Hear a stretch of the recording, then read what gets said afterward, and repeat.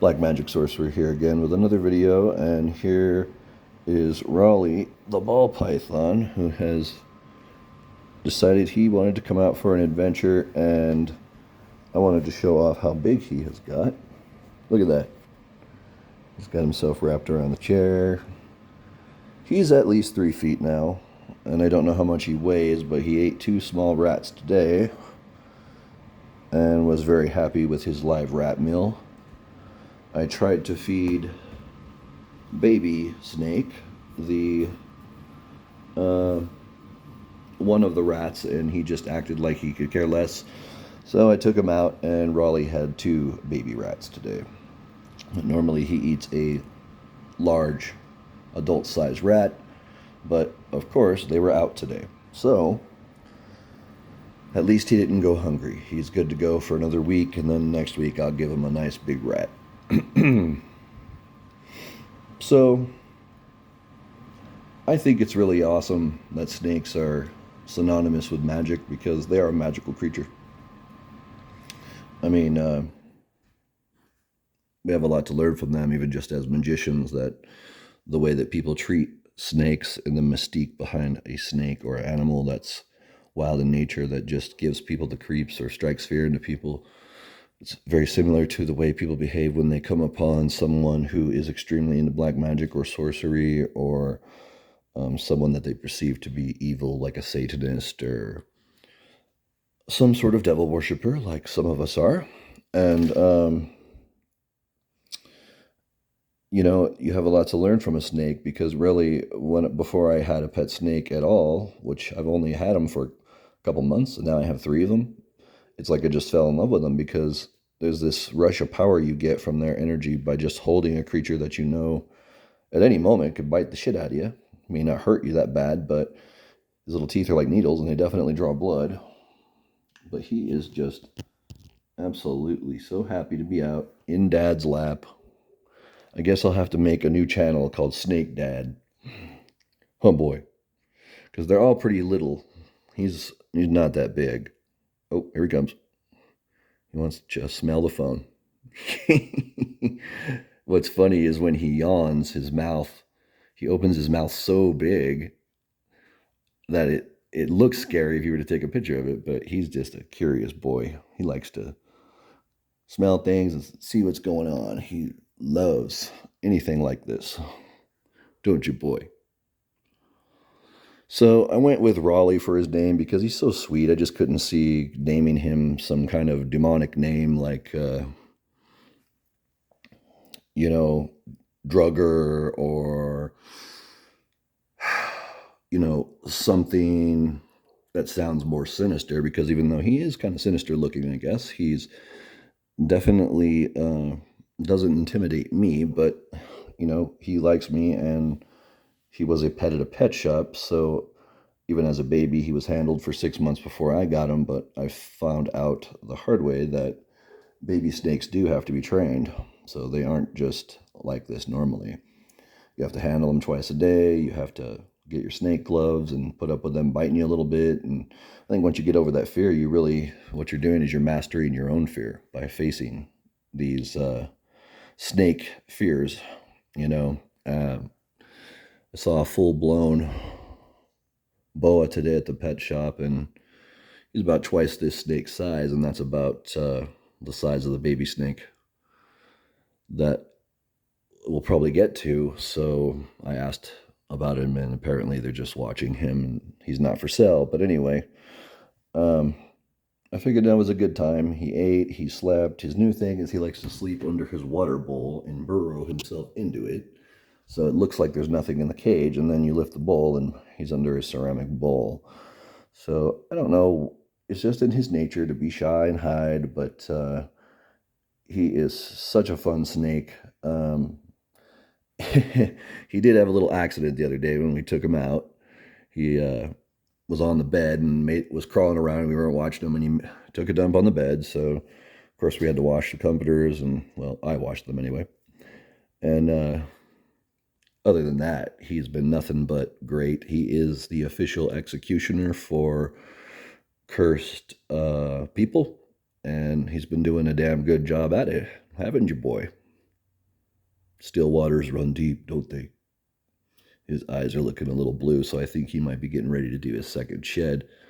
So anyway, just a quick video of my nostalgic life with snakes and lizards. Oh, God, lizards. How could I forget?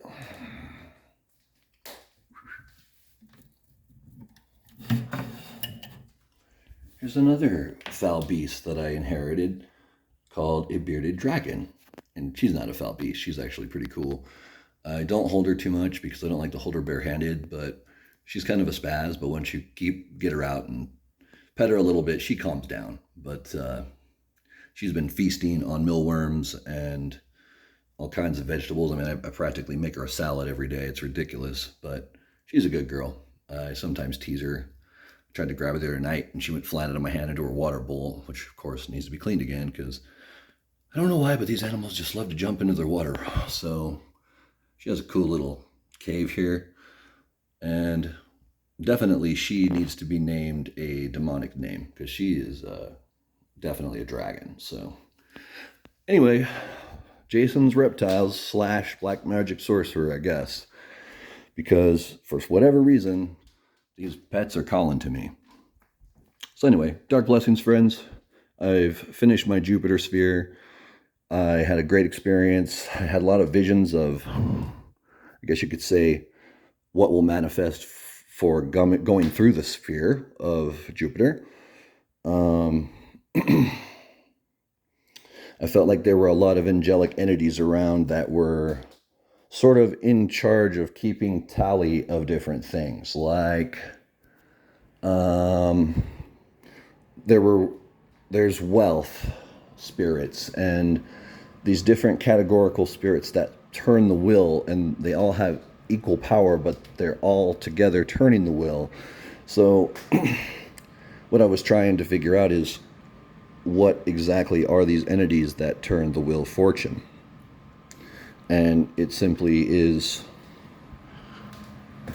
not for us to understand, but to experience. So that's the way I took it. I just know that the energy was very positive and very royal, and I had lots of visions of like a Jupiterian entity that is drenched in gold and diamonds, a very wealthy in the riches and affluent in power, like a person who has control over a lot of other people.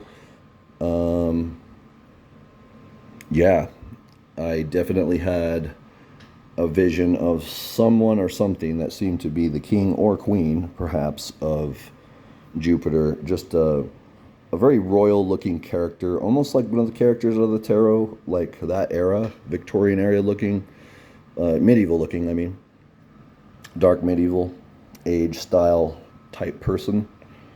So I don't know, that's how it manifested. It had sort of a almost Celtic Irish feel to it, with an abundance of things. I would even see at moments like an abundance, like a tree that has the most brilliant fruit on it you've ever seen. It's not just any fruit, it's the most perfect, most brilliant fruit that only grows in one part of the earth and one orchard, and only a handful of people know about it. It's that rare and that exotic. That's what it felt like. It felt like I was being shown that riches and wealth often comes down to what you have acquired and continuing to keep it acquired, not losing it. So one of the big problems with wanting to become rich is you have to stay rich. Lottery winner, I can't talk today, folks. Lottery winners typically, there you are, typically end up spending most of their money in the first couple of years, and we're talking millions and millions of dollars. So it's like, well, how do you do it? Well, you don't buy 3 mansions. You buy a normal house, pay cash for it, pay off your own house, pretend like you never had the money. Then you have something there. Maybe you don't have to work anymore, but you don't have to have all this shit. You just have to be happy. Money gives access to places, things, people that you would not normally have access to. So it's childish, I think, to expect someone who is not running in a pack of affluent people to be able to have those kind of opportunities. Like, I'm talking about like filthy, filthy, super rich people who have been born into money and, don't even know the meaning of working with their own two hands because they've never lifted a finger their whole life. Like the children of corrupt politicians and the children of emperors, kings, and queens. So what blows my mind is we still tolerate this shit. We still tolerate paying someone to tell us what to do. And do we need a leader? Absolutely. The whole world is in need of better leaders. But we've got to figure out what it is that everybody wants, that they can agree upon, and just go from there. Life does not have to be complicated. You don't have to have millions and millions of laws on the book. We don't enforce most of the laws that are on the books anyway for things like guns. Where I'm at, they are taking people who are getting felonies, putting them in jail for a night, charging them and releasing them until their court date. This is fucking insane. And then they wonder why people are being murdered and raped and robbed. And then they wonder why people like myself now have to go carry a fucking gun. Literally carry a gun.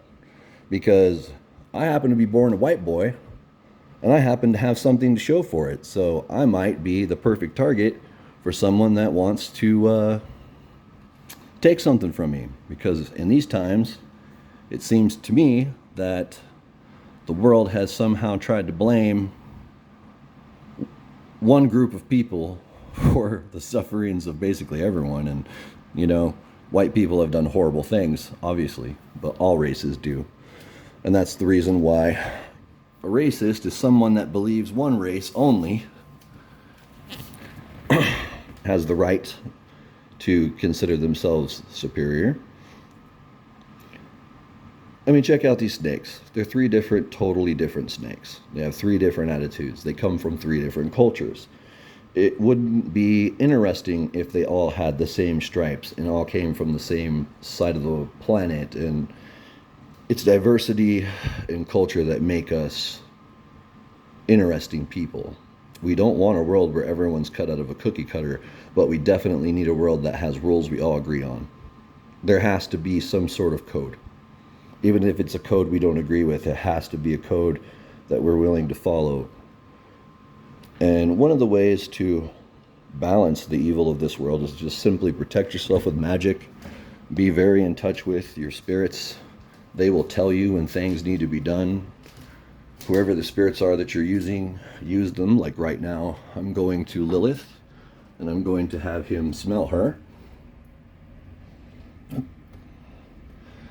For some reason, every time he gets over here with Lilith, he just freezes up. Like he just doesn't know what to make of this statue.